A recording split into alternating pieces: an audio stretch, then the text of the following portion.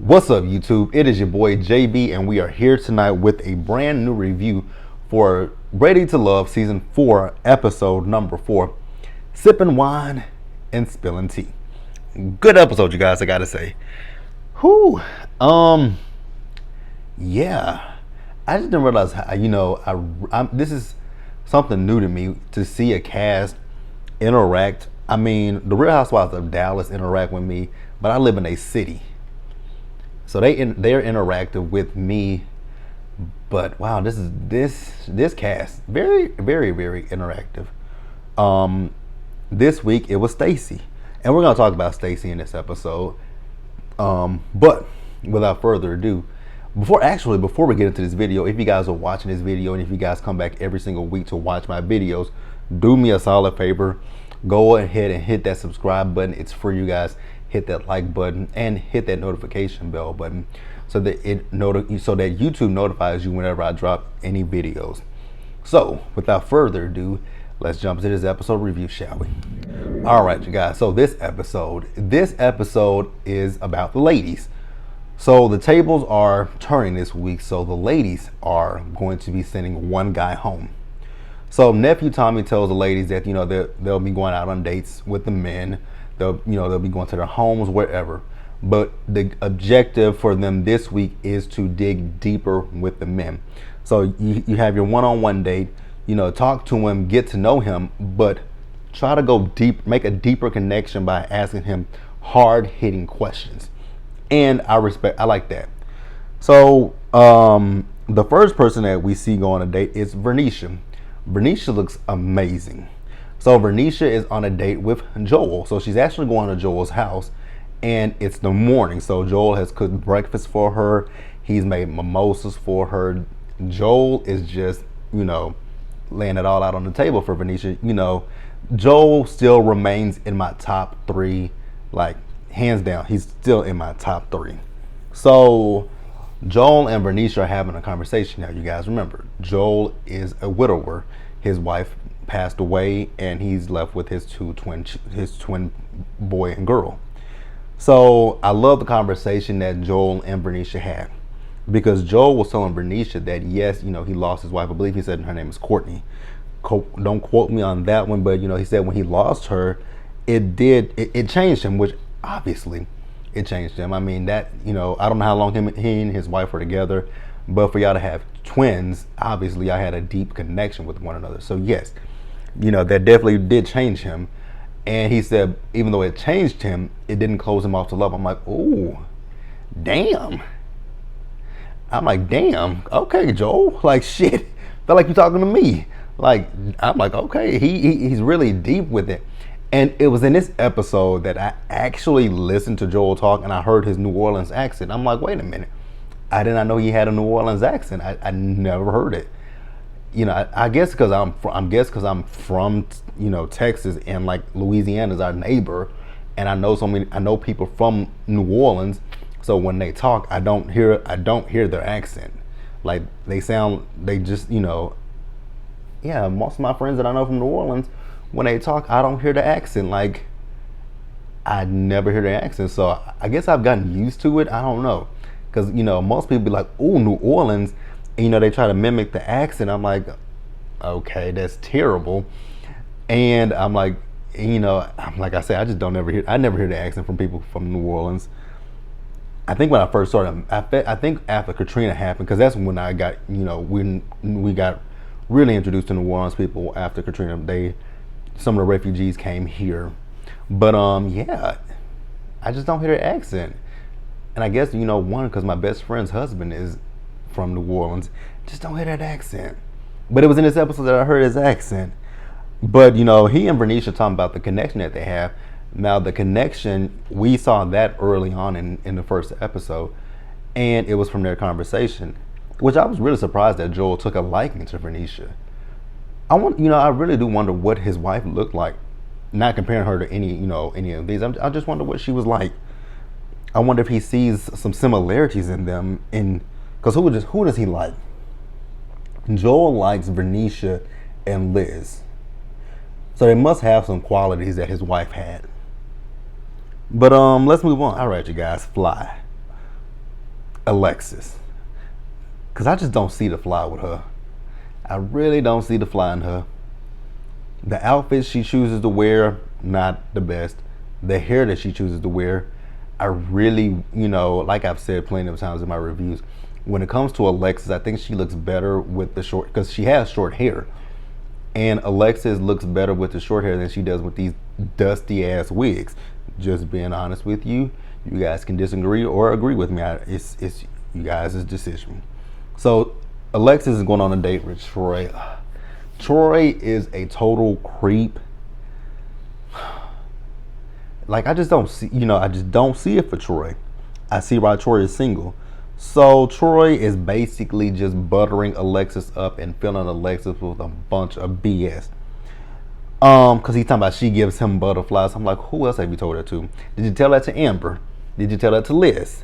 Because I remember, last week's episode when he was on that date with Liz and Amber, he was all over. So I'm like, do you tell this? Do you just throw stuff out there? You guys might hear a plane flying over, by the way. Let's wait. Let's wait for it to land.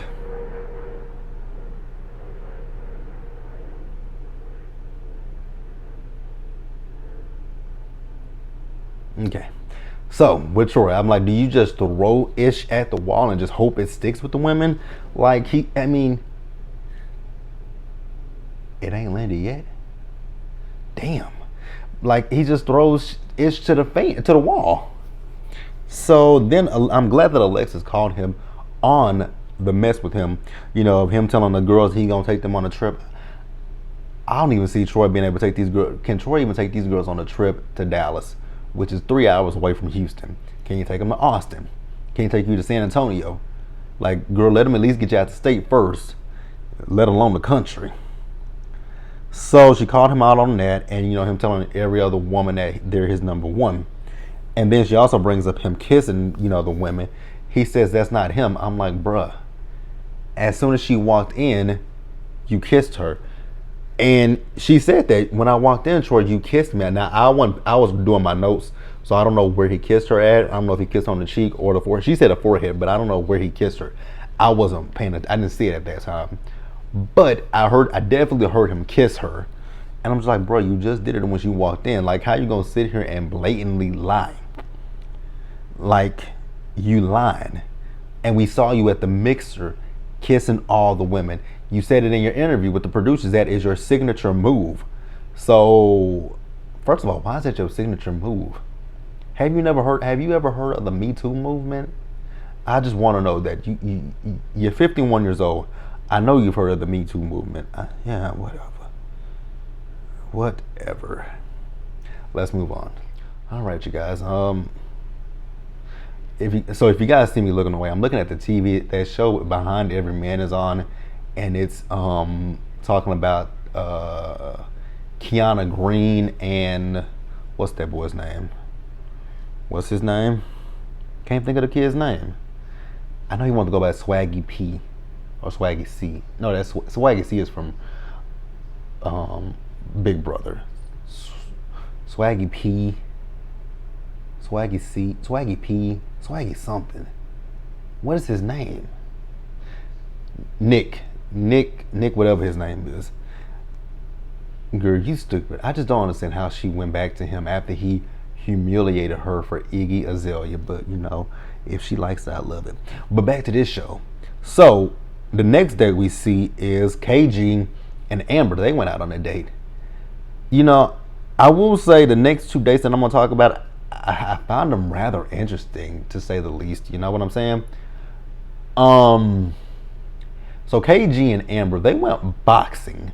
Now, I'm someone who likes to work out, so I love to work out. Hold on, you guys. All right, you guys. So KG and Amber. Sorry, you guys. I got a phone call, so that's why I stopped it. But they went on a date and they went boxing. Now, I'm someone that goes to the gym. I like to work out a lot, but I just don't know that would be somewhere that I would take a date go on a date to the gym, because I would be thinking to myself like, damn, are you calling me fat? Are you saying I'm too skinny? What you saying to me? And I know you might not be saying anything, but it's just like, damn, why do we come to the gym? Why do I want to get sweaty on a date? I mean, unless we're going to an amusement park, why are we at the gym? So we get a little bit of backstory about Amber and a little bit about KG. So I think KG said his dad had 9 kids with different women.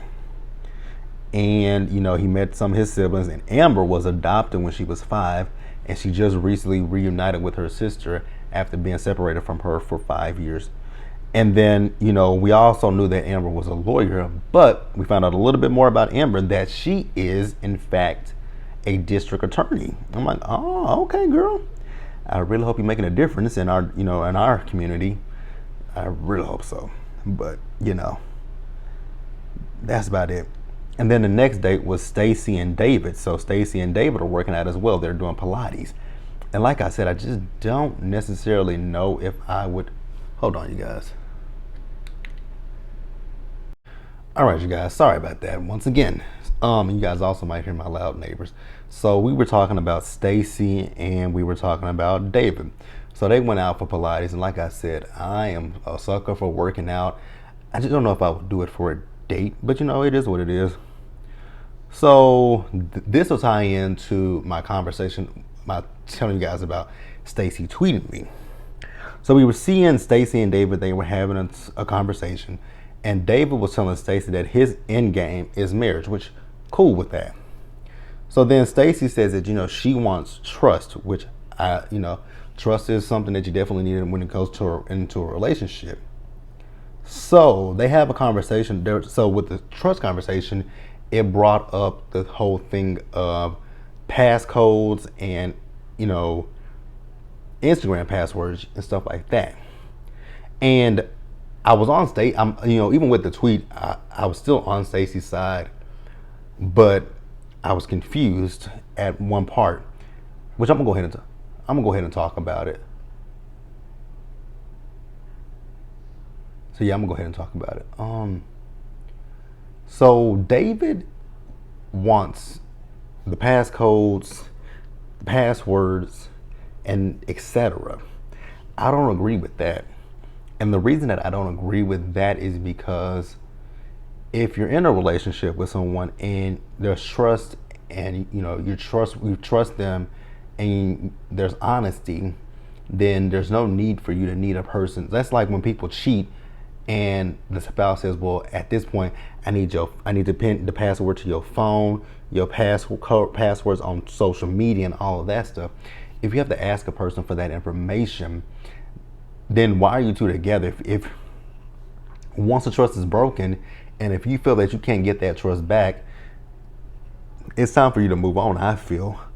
So in reference to the tweet that I'm talking about, so when the ladies were talking to nephew Tommy about the men that they liked, you know, who they were feeling and who they weren't feeling, Stacey said that she wasn't feeling David.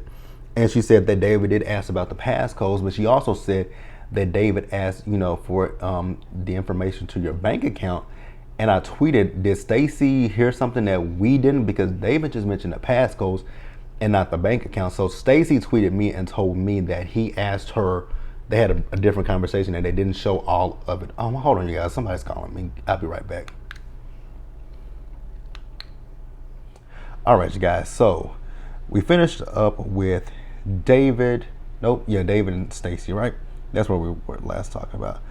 So let's move over to Jason, AJ, Liz, and Alexis. So they are all on this double date and they're doing cornhole. I'm like, AJ, you got an easy date, huh? What was it? 2 for 1? 2 for 4? What was it? I mean, Jason got off easy with that. That I know, guys, I know the producers pay for it, so you guys don't have to say anything to me. So we see Jason. So like I said, they're playing cornhole. So they finished the game. And Jason and Liz are having a conversation with one another, and also AJ and Liz are talking, and Jason and Alexis are talking. Alexis, girl, your conversation is the weirdest that I've ever saw. So he asked you on a one-on-one date, what would you want? Now I was here for her when she says she wants, you know, she just wants quality time. I got that. But then she just went the minute she mentioned talking about her period and all that stuff, I'm like, what? Yo, period? Why are we talking about your period on a date? That is something, I mean, really? Talk about a mood, a mood killer. And I'm not even talking about in a sexual sense. Just dampen the mood. Like if we having a good day and you mention, oh, I'm not so nice when I'm on my period. I didn't ask you that. I didn't ask you nothing about your menstrual cycle. Why are we discussing your menstrual cycle? So AJ and Liz, now they're having a conversation. And, I really like Liz a lot with this. I really enjoy Liz. So Liz was talking to AJ and she asked AJ, how does he feel about sex before marriage? We find out that she's abstinent. We also know that she's been single is she the one? Yeah, she's been single for 17 years. Now, is she the one that said she was single, after was in college? Now, she did say she's had situationships, but I'm not, when I say this, don't take it in a negative way. Is she experienced? And I'm not talking about in the sexual realm. I mean, experienced in the relationship aspect. Because if you've been single for 17 years, how many dates did you go on? Like, what did you do? What did you do dating wise? Not sexual, dating wise. What did you do? That's my question for her. But yeah, she's saving herself for, the one that she's going to spend the rest of her life with. As far as AJ is concerned, I don't see AJ being the type to want to wait until marriage. I see AJ being the type that wants it, when he's horny.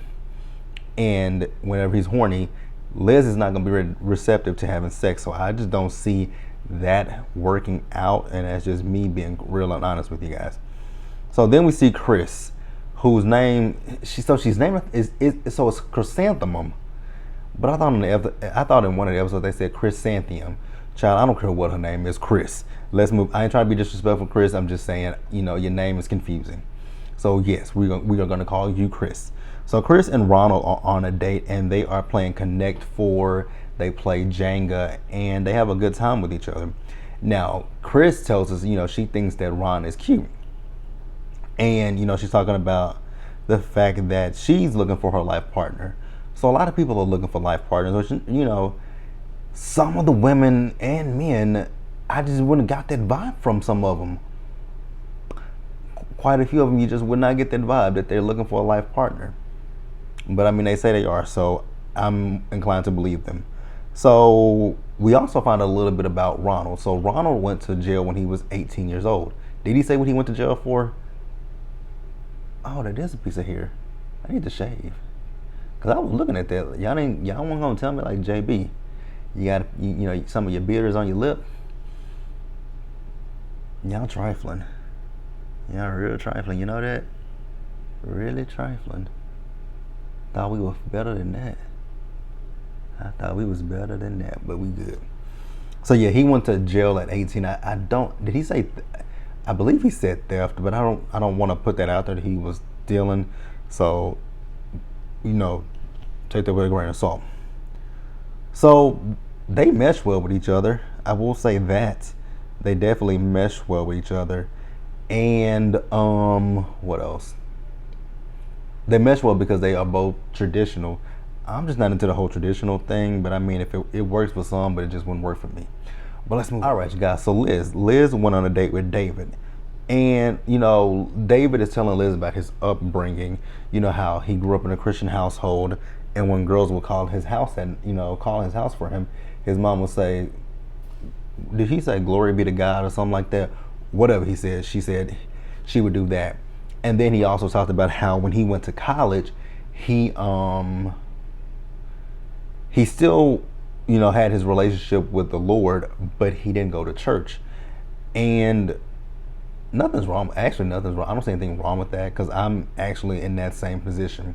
It wasn't when I went to college. I stopped going to church when I was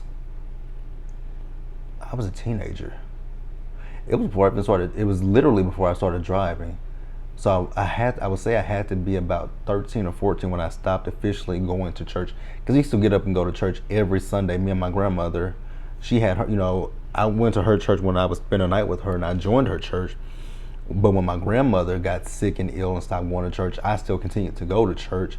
I would have my mom, I would wake my mom up every Sunday morning to take me to church. But I just fell off of church, because I would see things in the church that I just did not like, the hypocritical stuff, the judgmental stuff. And the biggest thing for me was the judgment of sexuality. I just never can get with that with the church. Why did the church and this is no shade to anybody who's in church, who goes to church every Sunday. It's just something that I couldn't understand. If no sin is greater than the other, and he without sin cast the first stone, then why are you guys coming condemning someone who is homosexual, lesbian, gay, transgender? Why are you condemning them? I never understood that. So that was really the reason why I stopped going to church, because I was like, you see other people having premarital sex, children out of wedlock, people shacking up. All of those are sins: theft, stealing, murder. But you want to pray for someone who murdered someone. You want to pray over them. You want to pray for their soul. But again, someone that is gay, they're damned to hell. I just never understood. But that's why I stopped going to church. I don't, David might have had a different reason, but I feel, actually, when it comes to David, I can see a little bit of myself in David. I can, except for one part, which we're about to talk about. So David, we all know David was married twice. The first time he said he didn't know what it meant to be a husband, and then the second one, the person just up and left him. I don't know nothing about that because I ain't never been married, so I don't know anything about that. But I tweeted this, and it wasn't in a negative way. I tweeted that David needs therapy. Well, I didn't say therapy. I said he needed to see someone, but I was implying he needs therapy instead of he's. I don't think David is 100% ready to love. I think David might be like 65% ready to love. And the reason why I say I feel like he needs therapy, I don't feel that there's anything wrong with David. I just feel that David is still has that pain, I feel like David's still dealing with the pain of what the last woman did to him. And I feel that David just needs to sit down with someone, have a conversation with them, and release that energy and let, the past be the past. Will he still have feelings about it? Absolutely. But I just want David to sit down with someone, because he also said that he just doesn't want someone to leave him again. I'm like, that's abandonment. You have abandonment issues, which that's why I recognize. I'm like, because I used to have those issues as well. I used to have a big abandonment issue, and it was because of my biological mother. My mom that raised me, she was a woman of a certain age. My mom was 49 when I was born, and as I got older, I'm like, oh my God. And my mom and my grandmother, I'm like, they're getting older. As I'm getting older, I'm like, they're not going to be around forever. So when I found out about my biological mother, I wanted to build a relationship with her, and I also wanted to build one with my biological father. But that didn't work out, and I always feared. I'm like, because I said that, I'm like, because I'm afraid of what will happen if when my mom and my grandmother die, I won't have anybody in my life. But I do have people in my life, because you guys know that both my mom and my grandmother are deceased. So I just think that David just might need to sit down with someone and just have a conversation. Now, once again, like I said in my last review, David is in my top 3, Joel is in my top 3, and KG is in my top 3. That's not saying anything negative about David. It's just I think David definitely needs to sit down with someone and put that pain and that hurt out there. Let it go. Don't just sit there and deal with it. Let it out. Release it. Like if you got to get a pillow and put her face on it and just bang it, do that. Like, do something to let that pain and let that pain out. Let you release some of that aggression. Well, I'm not saying he's aggressive, but be aggressive with it and just let that pain out. So, but all in all, Liz likes him. So then we see the ladies. So they sit down with nephew Tommy, and they talk about who they like and who they don't like. Vernisha, we know she likes her some Joel. Amber likes KG. Chris was swooning over Ron. But then they also talked about who they did not like. And the consensus was between David and Troy. So then we later see who was it that went out with them? Stacey, and it was Amber. So at the end of it, we got rid of Troy. Finally, Troy is gone. Troy, he's gone. He's gone. Troy is gone. Oh yeah, Troy is gone. I'm glad Troy is gone. I really am. Like, Troy was not my dude. Could not tolerate Troy. But you guys, that is a review. So be sure to like this video, leave your comments in the comment section below, and subscribe to the channel, and hit that notification bell button so you guys are aware of when I drop anything else. And until the next one, you guys, stay safe out there. Take care of yourselves. Remember, wash your hands, wear your mask, and socially distance. And I'll catch you guys in the next one. Until then, bye guys.